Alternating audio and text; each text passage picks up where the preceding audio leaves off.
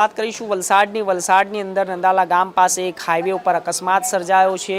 सौथी महत्वपूर्ण समाचार ने गंभीर समाचार जे आपने जणावी दीए कि अत्यारे आपने एक वलसाड जिल्लाना नंदवाला गाम नजीक हाईवे NH 48 पर लगभग 4:30 वाग्यानी आसपास अकस्मात सर्जायो हतो रात्रे।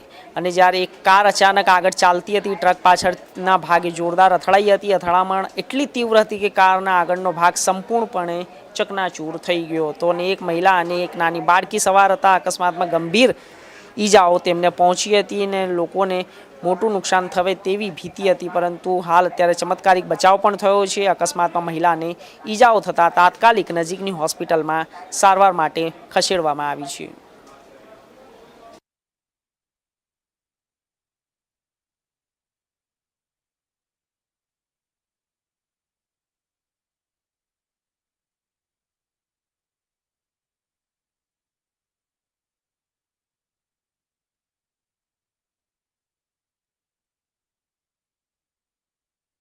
તો આગળ વાત કરીશું વલસાડ